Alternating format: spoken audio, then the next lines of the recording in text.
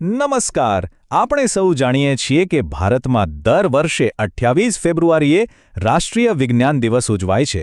પણ ક્યારે એવો વિચાર આવ્યો છે કે આ 28 ફેબ્રુઆરીની તારીખ જ કેમ? કોઈ બીજી કેમ નહીં? ચાલો, આજે આ સવાલના જવાબની સાથે જોડાયેલી એક મજેદાર સફર પર નીકળીએ.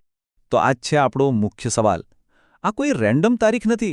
આ તારીખ પાછળ એક એવી મહાન શોધ, એક એવું તેજસ્વી દિમાગ અને એક એવી ઐતિહાસિક ક્ષણ છુપાયેલી છે જેણે વિજ્ઞાનની દુનિયામાં ભારતનું નામ સુવર્ણ અક્ષરે લખી દીધું. તો સૌથી પહેલા ચાલો એ સમજી લઈએ કે આ રાષ્ટ્રીય વિજ્ઞાન દિવસ આખરે છે શું.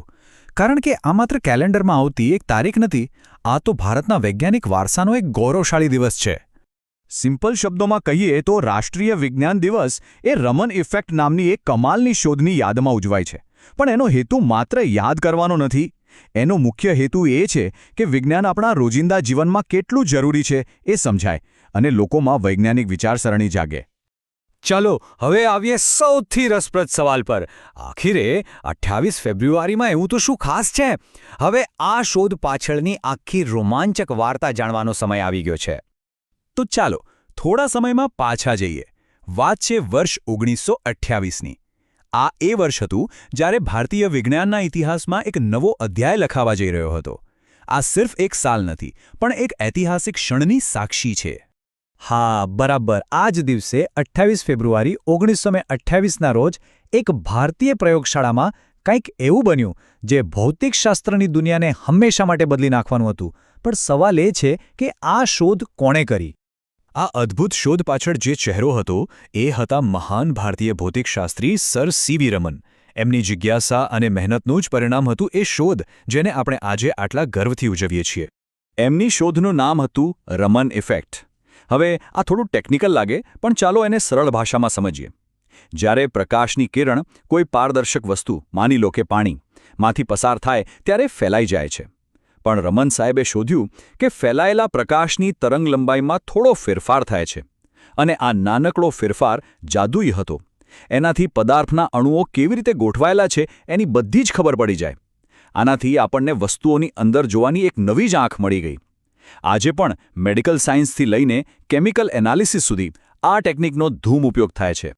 અને આ શોધની અસર કેટલી જબરદસ્ત હતી એ જુઓ. 1928માં શોધ થઈ અને એના માત્ર 2 જ વર્ષમાં 1930માં સર સીવી રમને આ શોધ માટે ભૌતિકશાસ્ત્રનો નોબેલ પુરસ્કાર જીત્યો. અને પછી ઘણા વર્ષો બાદ 1986માં ભારત સરકારે આ ઐતિહાસિક દિવસને હંમેશા માટે યાદગાર બનાવવા રાષ્ટ્રીય વિજ્ઞાન દિવસ તરીકે જાહેર કર્યો. અને આ કોઈ નાની સૂની સિદ્ધિ નથી. સર સીવી રમન માત્ર ભારતના જ નહીં, પણ આખા એશિયાના પહેલા એવા વ્યક્તિ હતા જેમણે વિજ્ઞાનની કોઈપણ શાખામાં નોબેલ પુરસ્કાર મેળવ્યો હોય. આ એક એવી જીત હતી જેણે આવનારી કેટલીય પેઢીના ભારતીય વૈજ્ઞાનિકોને પ્રેરણા આપી. સારું, તો આ તો થઈ ઇતિહાસની વાત. પણ આજે આ ઐતિહાસિક દિવસની ઉજવણી કેવી રીતે થાય છે? કારણ કે આ માત્ર ભૂતકાળને યાદ કરવાનો દિવસ નથી, પણ વિજ્ઞાનને જીવંત રાખવાનો અવસર છે.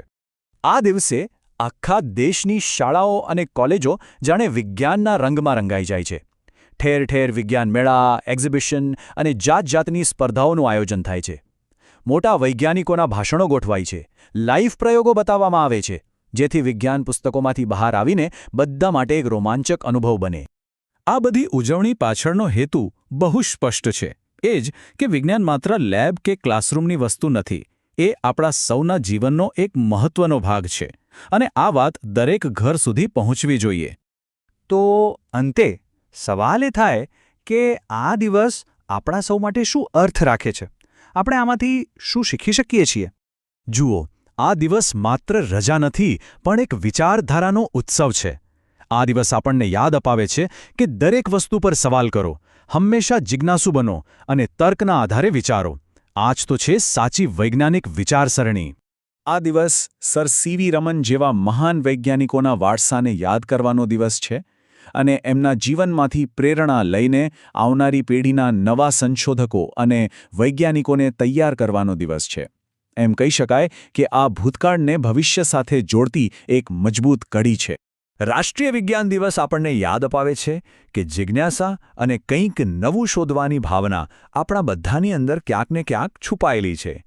તો સવાલ એ છે કે આપણી અંદર રહેલો વૈજ્ઞાનિક શું શોધશે? વિચારતા રહેજો.